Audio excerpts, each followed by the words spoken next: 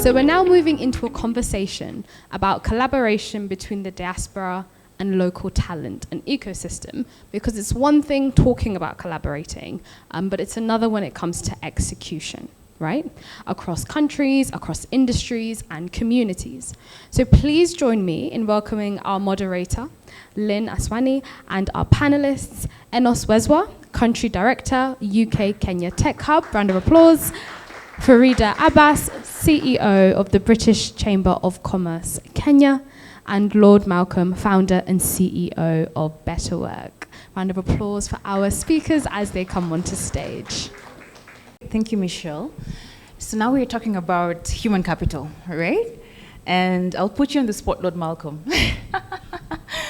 I know you're working with people almost every day, recruiting for different organizations across the world. So do you feel like Africa has the right talent? Are they competitive in the world?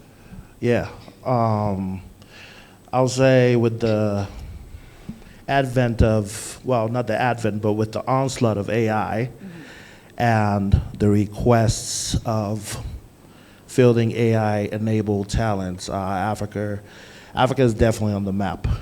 I think there was a lot of kind of bypassing or kind of sleeping on Africa for a while as a last resort.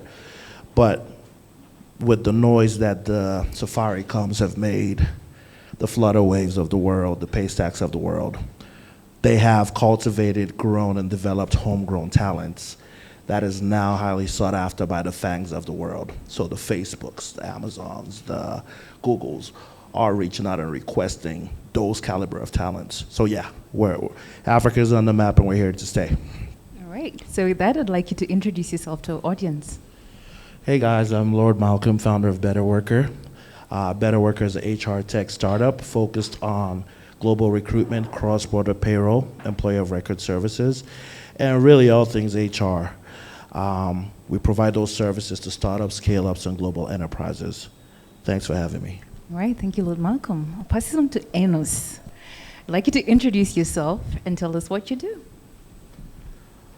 Thank you. Good afternoon, everyone. Good afternoon.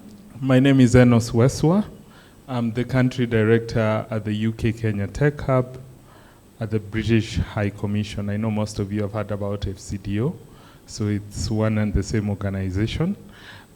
So at the UK Kenya Tech Hub, we sort of design programs, work with implementing partners to implement those programs, but the programs are in support of the startup ecosystem and also what we call the local business. For the startup ecosystem, we have three areas, area of markets, and access to finance, as well as access to talent. And it's always good to see familiar faces in the room. I know we've done projects with Jasiri Network, so at least I have a bit of context moving forward. Thank you for having me. Thank you, Enos. And I will move to Farida just for a brief introduction. Thanks. So my name is Farida Abbas. I am the CEO of the British Chamber of Commerce. The British Chamber of Commerce is actually a private organization that is recognized by government. We are a part of 156 chambers, British Chambers of Commerce worldwide.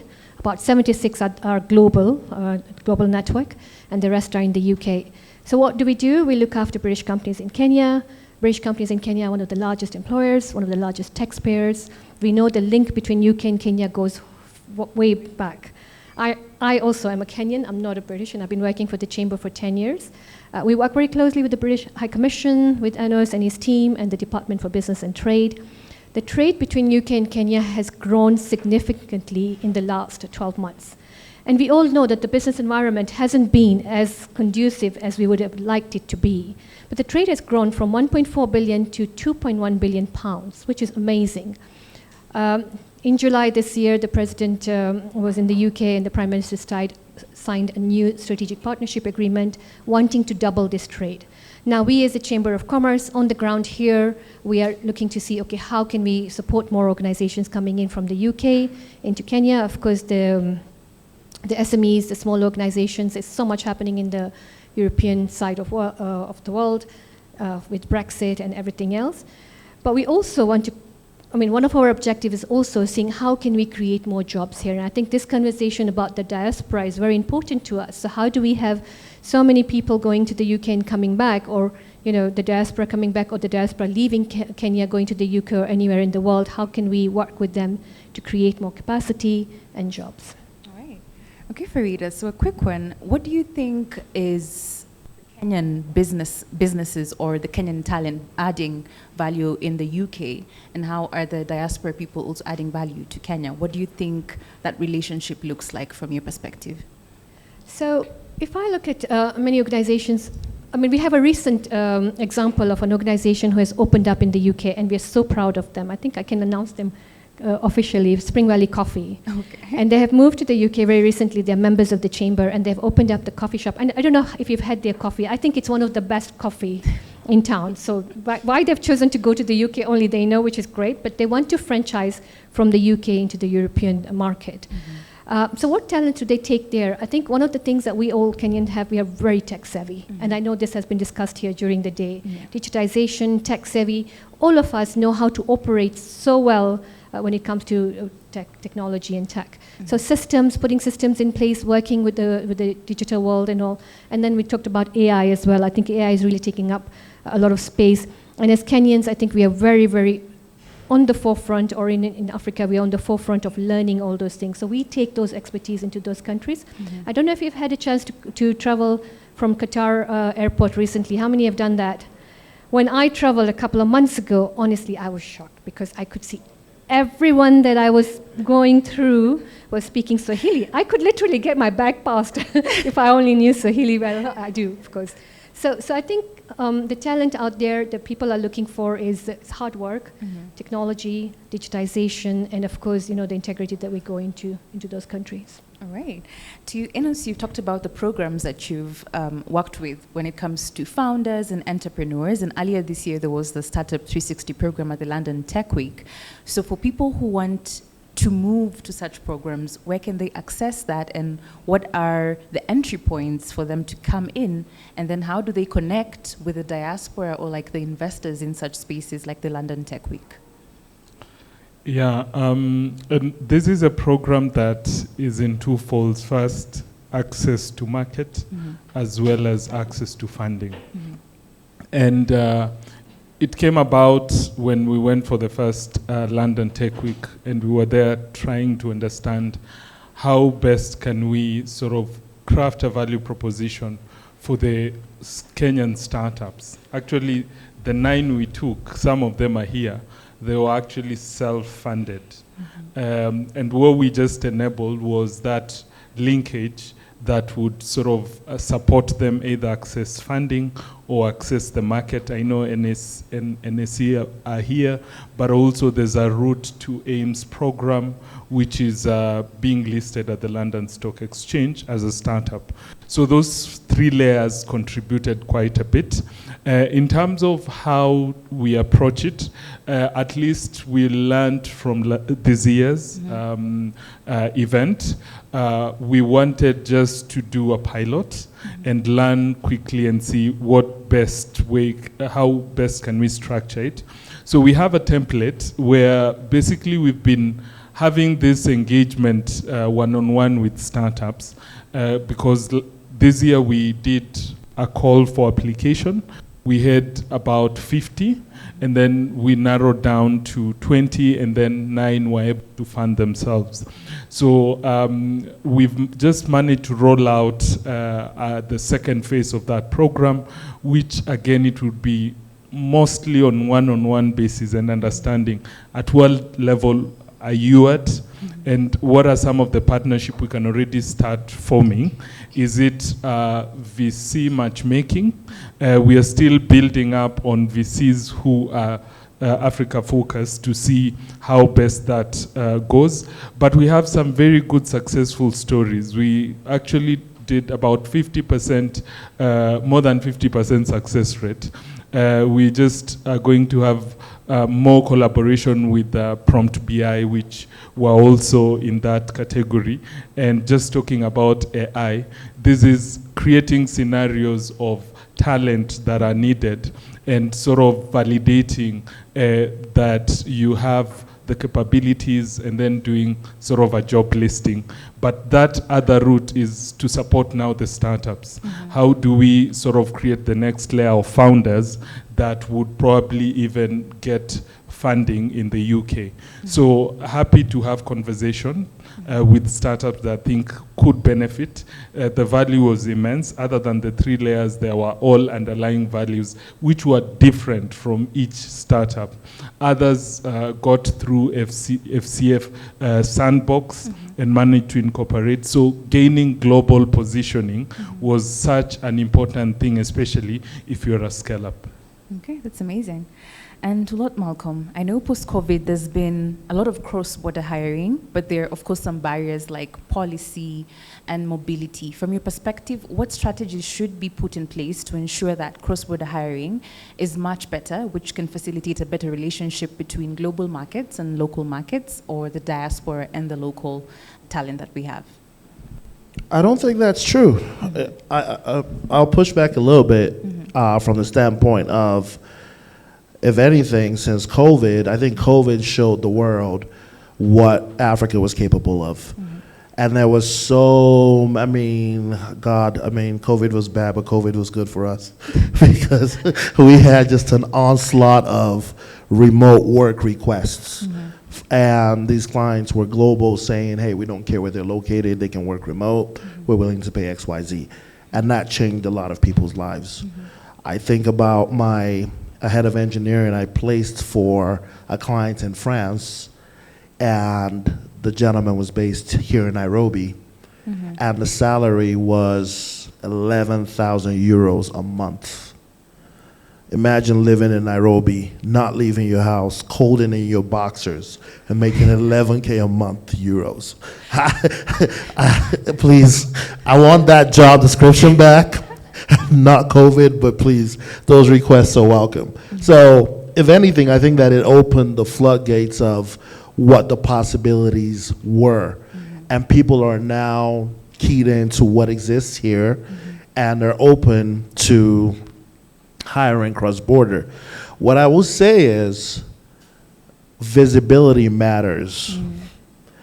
I'm guilty of it. If I don't get reminded to post on LinkedIn, my LinkedIn, I go through ebbs and flows where I'm active, 4 posts a day, and then it might be a month. And then my PA is like, dude, you have to visible post. So each and every one of us is now our own best advocate and brand promoter or influencer, for lack of a better word.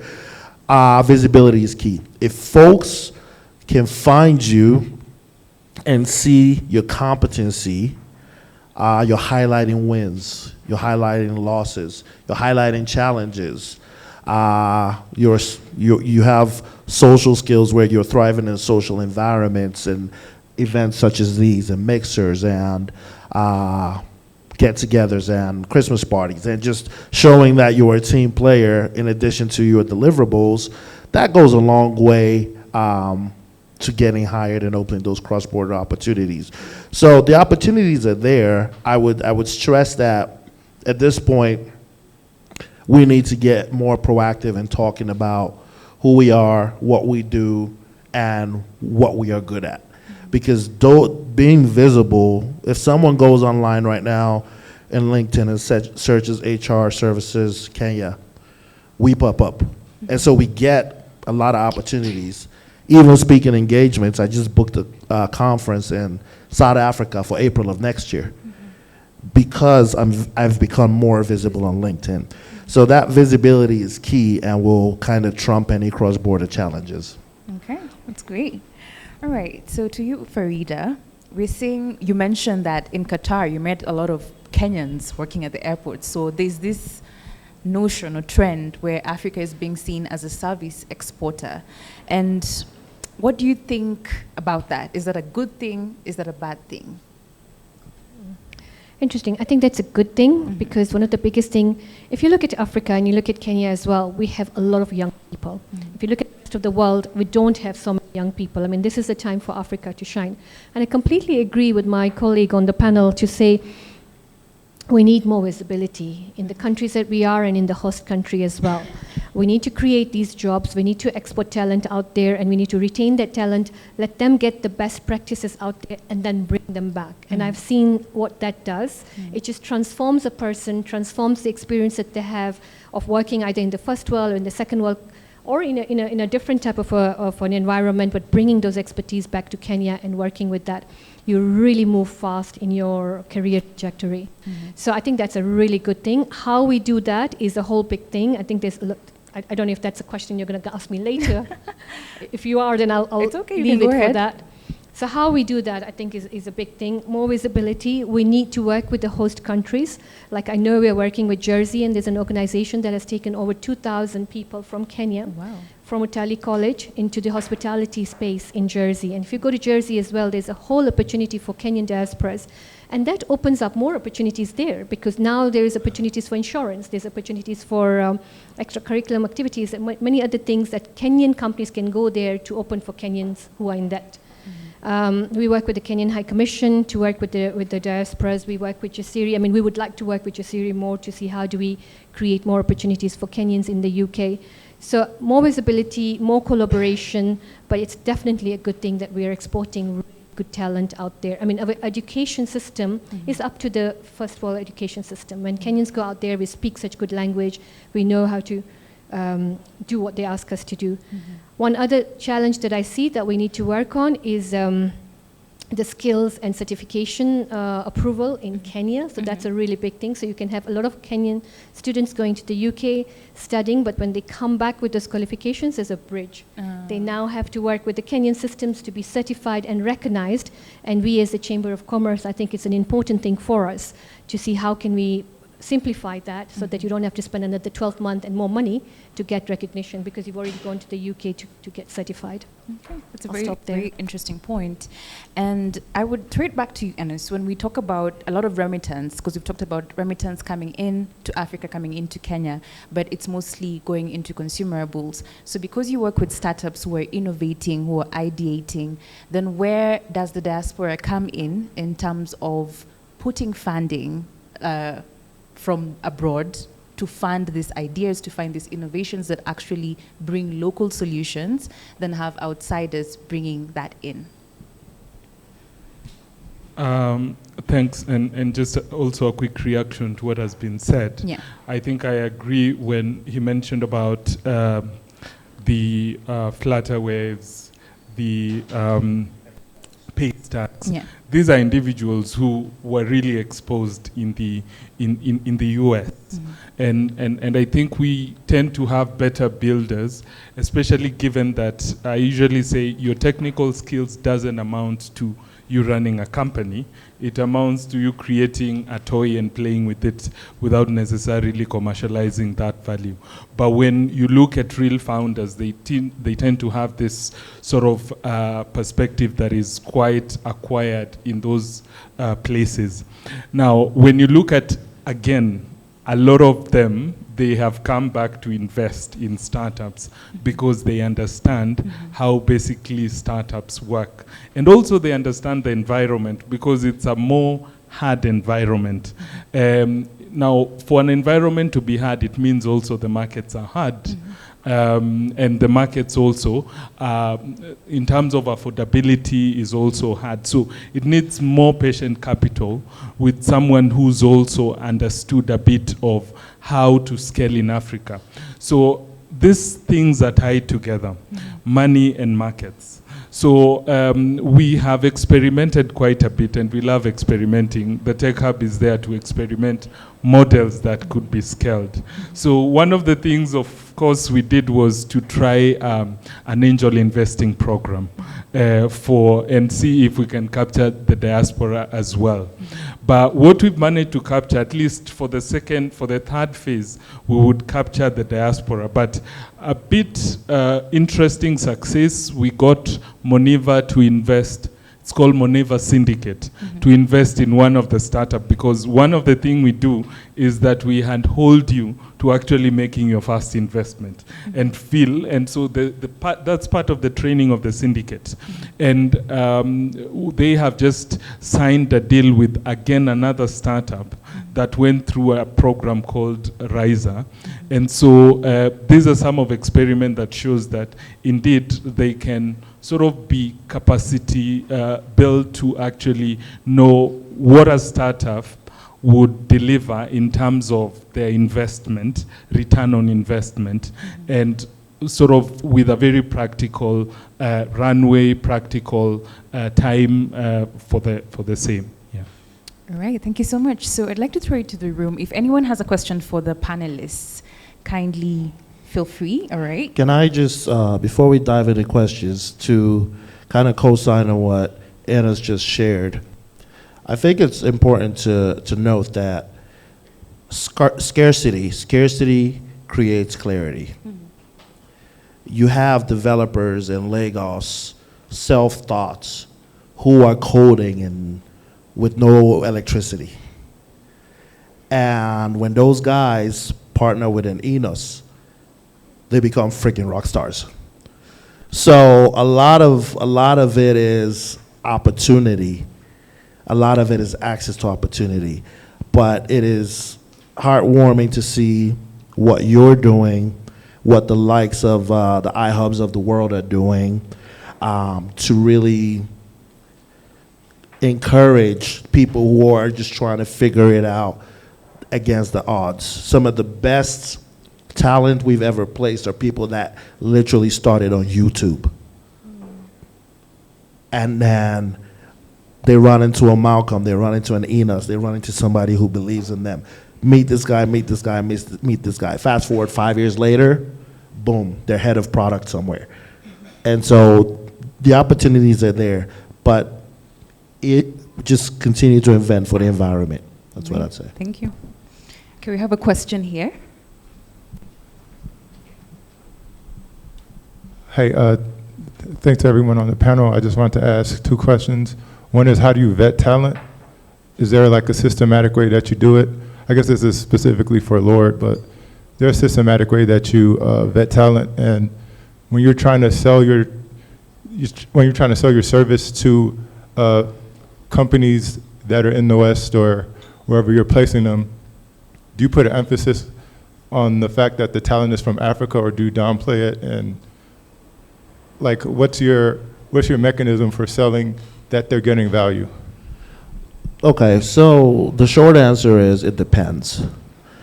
We go through a screening, vetting, testing, employment verification process, which is really like 4-tiered before there's even an initial shortlist.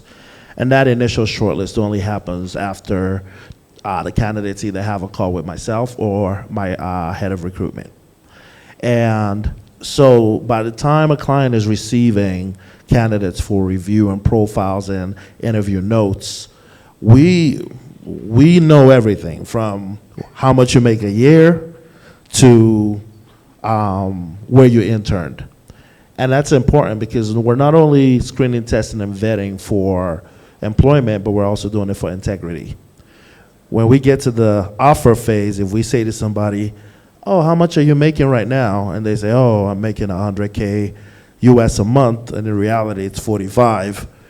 We've dropped people at that phase just because we don't want the blowback down the road. So that's the answer to your first question. The second is, we don't necessarily hone in on the fact that it is African-based talents.